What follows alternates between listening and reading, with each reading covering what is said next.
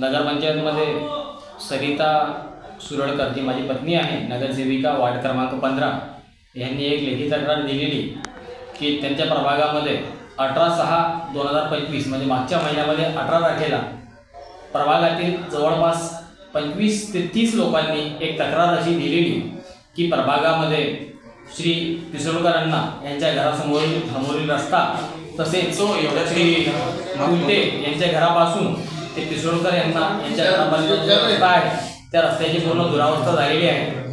त्या रस्त्यामध्ये मुरुम टाकण्यात यावा किंवा तो किमान चालणे योग्य तरी करण्यात यावा करिता त्यांनी एक लेखी तक्रार केली होती।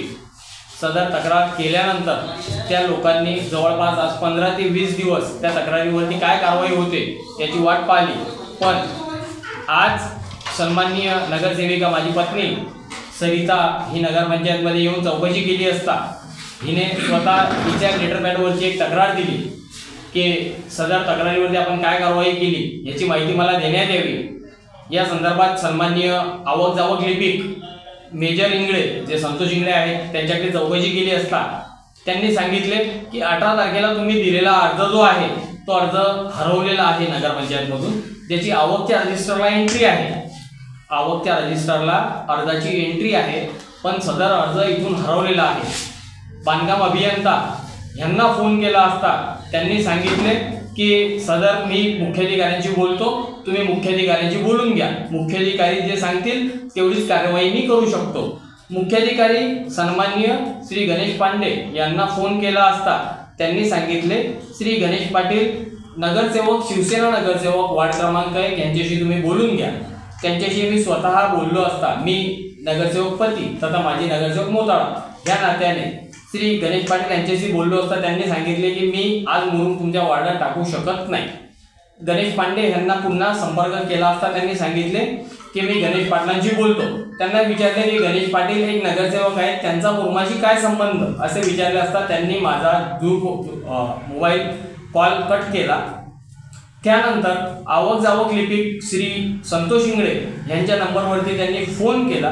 ते त्याला बोलले संतोष इंगळेला की सदर सदस्याला सांगा की मुरुम जेव्हा पळील तेव्हा पळील, तक्रार लिहिता बरोबर माझ्याशी तुम्ही संपर्क करत नका जाऊ असं त्यांनी संतोष इंगळे यांना सांगितले।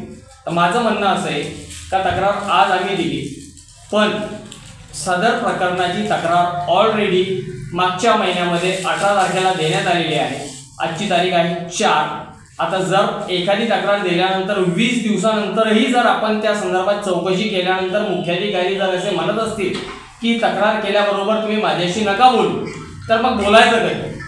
आता ह्यांनी सांगावं का पावसाळा झाल्यानंतर सदर तक्रारीची आम्ही चौकशी करावी का, त्याच्यातही आमची तयारी आहे, पण त्या संदर्भामध्ये काहीतरी कोणीतरी अधिकृत व्यक्ती आम्हाला काहीतरी अधिकृत उत्तर द्यावे लागेल।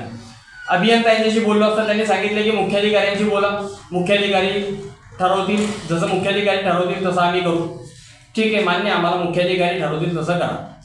मुख्याधिकाऱ्यांशी बोललो, मुख्याधिकारी बोलतात की तक्रार तुम्ही कधी दिलेली आहे, तक्रार आम्ही सांगितलं 18 तारखेला दिलेली आहे, तक्रार गायब आहे। त्याच्यावरती मुख्याधिकारी लिपिकाला फोन करून सांगतात की त्यांना सांगा मुरुम जेव्हा टाकायचा तेव्हा आम्ही टाकू।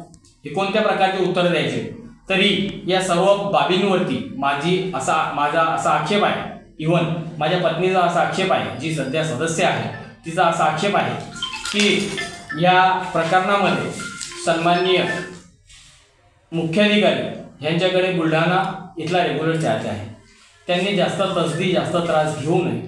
ते एक जबाबदार अधिकारी आहेत, त्यांच्या सर्व गोष्टींचा आम्ही सन्मान करतो, पण यांचा सन्मान करण्यासोबतच आमचं असं मत आहे की त्यांच्याकडे बुलढाणासारख्या मोठ्या नगरपालिकेचा चार्ज असताना त्यांनी विनाकारण मोताळ्याचा चार्ज स्वतःकडे ठेवून स्वतःला त्रास करून घेऊ नये।